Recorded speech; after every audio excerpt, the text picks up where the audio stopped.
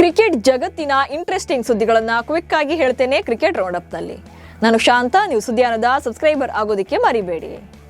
ಗುವಾಹಟಿಯ ಬರ್ಸಾಪುರ cricket ಕ್ರೀಡಾಂಗಣದಲ್ಲಿ ನಡೆದ ಭಾರತ ಹಾಗೆ ನ್ಯೂಜಿಲೆಂಡ್ ನಡುವಿನ ಮೂರನೇ ಟಿ20 ಪಂದ್ಯವನ್ನು ಟೀಂ ಇಂಡಿಯಾ ಗೆದ್ದಿದೆ. ಈ ಮೂಲಕ 3-0 ಅಂತರದಲ್ಲಿ ಇನ್ನೂ 2 ಪಂದ್ಯಗಳು ಬಾಕಿ ಇರುವಂತೆಯೇ 5 ಪಂದ್ಯಗಳ ಸರಣಿಯನ್ನು ತನ್ನದಾಗಿಸಿಕೊಂಡಿದೆ.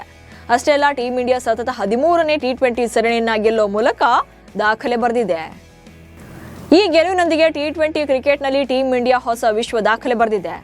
ನ್ಯೂಜಿಲೆಂಡ್ ನೀಡಿದಂಥ 154 ರನ್ಗಳ ಗುರಿ ಪಡೆದ ಭಾರತ ಅಭಿಷೇಕ್ ಶರ್ಮಾ ಹಾಗೆ ಸೂರ್ಯಕುಮಾರ್ ಯಾದವ್ ಅವರ ಸಿಡಿಲಬ್ಬರದ ಬ್ಯಾಟಿಂಗ್ನಿಂದಾಗಿ ಕೇವಲ 10 ಓವರ್ಗಳಲ್ಲಿ 155 ರನ್ಗಳನ್ನು ಬಾರಿಸಿ 8 ವಿಕೆಟ್ಗಳ ಸಾಧನೆ ಮಾಡಿದೆ. ಈ ಗೆಲುವಿನೊಂದಿಗೆ ಐಸಿಸಿ ಪೂರ್ಣ ಸದಸ್ಯ ರಾಷ್ಟ್ರಗಳ ಪೈಕಿ ಅತಿ ಕಡಿಮೆ ಎಸೆತಗಳಲ್ಲಿ 150+ ರನ್ಗಳನ್ನು ಚೇಸ್ ಮಾಡಿದ ವಿಶ್ವ ದಾಖಲೆ ನಿರ್ಮಿಸಿದೆ.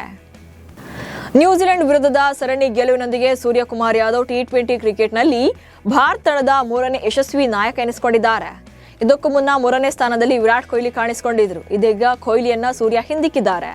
ಸೂರ್ಯಕುಮಾರ್ ನಾಯಕತ್ವದಲ್ಲಿ ಭಾರತ ಒಟ್ಟು 41 ಟಿ20 ಪಂದ್ಯಗಳನ್ನಾಡಿದ್ದು 33ರಲ್ಲಿ ಗೆಲುವನ್ನು ಸಾಧಿಸಿದೆ. ಇನ್ನು ವಿರಾಟ್ ಕೊಹ್ಲಿ ಅವರ ಕ್ಯಾಪ್ಟನ್ಸಿಯಲ್ಲಿ 57 ಟಿ20 ಪಂದ್ಯಗಳನ್ನಾಡಿ 32 ಮ್ಯಾಚ್ಗಳಲ್ಲಿ ಗೆದ್ದಿತ್ತು.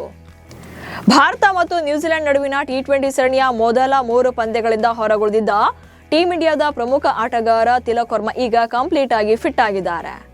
ನೆಕ್ಸ್ಟ್ ಫೆಬ್ರವರಿ 3ರಂದು ಭಾರತ ತಂಡವನ್ನು ಕೂಡಿಕೊಳ್ಳಲಿದ್ದಾರೆ. ತೊಡೆಸೊಂದು ನೋವಿನಿಂದ ಕಂಪ್ಲೀಟ್ ಆಗಿ ಫಿಟ್ ಆಗಿರೋದ್ರಿಂದ ಟಿ20 ವಿಶ್ವಕಪ್ನಲ್ಲಿ ತಿಲಕ್ ವರ್ಮಾ ಪ್ಲೇಯಿಂಗ್ 11ನಲ್ಲಿ ಕಾಣಿಸಿಕೊಳ್ಳುವುದು ಬಹುತೇಕ ಖಚಿತವಾಗಿದೆ. 4ನೇ ಆವೃತ್ತಿಯ WPLನಲ್ಲಿ ಅದ್ಭುತ ಪ್ರದರ್ಶನ ನೀಡ್ತಾ ಇರುವಂತಹ ರಾಯಲ್ ಚಾಲೆಂಜರ್ಸ್ ಬೆಂಗಳೂರು ತಂಡ ಲೀಗ್ ಹಂತದಲ್ಲಿ ಮತ್ತೊಂದು ಗೆಲುವಿನ ನಿರೀಕ್ಷೆಯಿದೆ. ಮುಂಬೈ ಇಂಡಿಯನ್ಸ್ ವಿರುದ್ಧ ಇವತ್ತು ನಡೆಯಲಿರುವಂತಹ ಪಂದ್ಯದಲ್ಲಿ ಸ್ಮೃತಿ ಮಂದಾನ ಪಡೆ ಅಬ್ಬರಿಸಿ ಜಯ ಸಾಧಿಸಿದರೆ ಲೀಗ್ನಲ್ಲಿ ನೇರವಾಗಿ ಫೈನಲ್ಗೆ ಅರ್ಹತೆಯನ್ನು ಪಡೆಯುತ್ತೆ.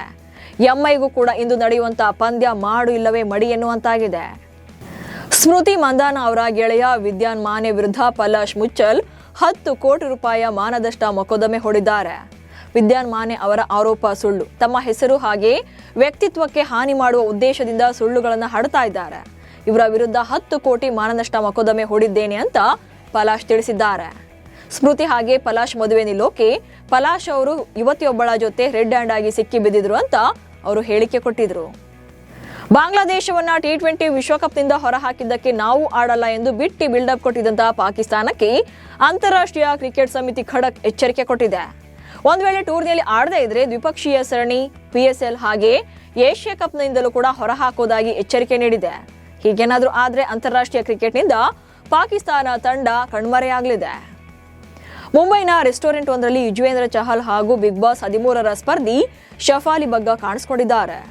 ರೆಸ್ಟೋರೆಂಟ್ನ ಹೊರಭಾಗದಲ್ಲಿ ಮಾಧ್ಯಮಗಳ ಕಣ್ಣಿಗೆ ಬಿದ್ದಿದ್ದಾರೆ.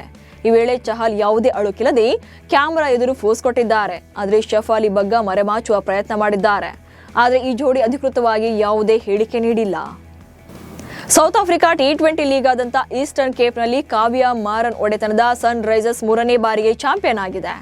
ಕಳೆದ ಆವೃತ್ತಿಯಲ್ಲಿ ಫೈನಲ್ನಲ್ಲಿ ಸನ್ ರೈಸರ್ಸ್ ಈಸ್ಟರ್ನ್ ಕೇಪ್ ಸೋತು ಹ್ಯಾಟ್ರಿಕ್ ಪ್ರಶಸ್ತಿಗಳನ್ನು ಗೆಲ್ಲುವ ಅವಕಾಶ ಕಳ್ಕೊಂಡಿತ್ತು. ಈ ಆವೃತ್ತಿಯಲ್ಲಿ ಮತ್ತೆ ಪುಟಿದೆದ್ದ ತಂಡ ಟ್ರೋಫಿಯನ್ನ ಮುಡಿಗೇರಿಸಿಕೊಂಡಿದೆ. ಬಿಗ್ ಬ್ಯಾಶ್ ಲೀಗ್ನ 15ನೇ ಸೀಸನ್ನಲ್ಲಿ ಪರ್ತ್ ಸ್ಕಾಚರ್ಸ್ ತಂಡ ಚಾಂಪಿಯನ್ ಪಟ್ಟಕ್ಕೇರಿದೆ. ಫೈನಲ್ ಪಂದ್ಯದಲ್ಲಿ ಸಿಡ್ನಿ ಸಿಕ್ಸರ್ಸ್ ನೀಡಿದಂಥ 133 ರನ್ಗಳ ಗುರಿಯನ್ನ ಪರ್ತ್ ತಂಡ ಕೇವಲ 17.3 ಓವರ್ಗಳಲ್ಲಿ ಚೇಸ್ ಮಾಡಿ ಗೆದ್ದಿದೆ. ಈ ಮೂಲಕ ಲೀಗ್ ಕ್ರಿಕೆಟ್ನಲ್ಲಿ ಅತ್ಯಂತ ಹೆಚ್ಚು ಬಾರಿ ಚಾಂಪಿಯನ್ ಪಟ್ಟ ಅಲಂಕರಿಸಿದ ತಂಡ ಎಂಬ ಖ್ಯಾತಿ ಪಡೆದಿದೆ. ಇದಕ್ಕೂ ಮುನ್ನ ಈ ದಾಖಲೆ ಎಂಐ ಹಾಗೆ CSK ತಂಡಗಳ ಹೆಸರಿನಲ್ಲಿತ್ತು. ಇವಿಷ್ಟು ಇವತ್ತಿನ ಕ್ರಿಕೆಟ್ ರೌಂಡ್ ಅಪ್ ಸುದ್ದಿಗಳು. ನಮಸ್ಕಾರ.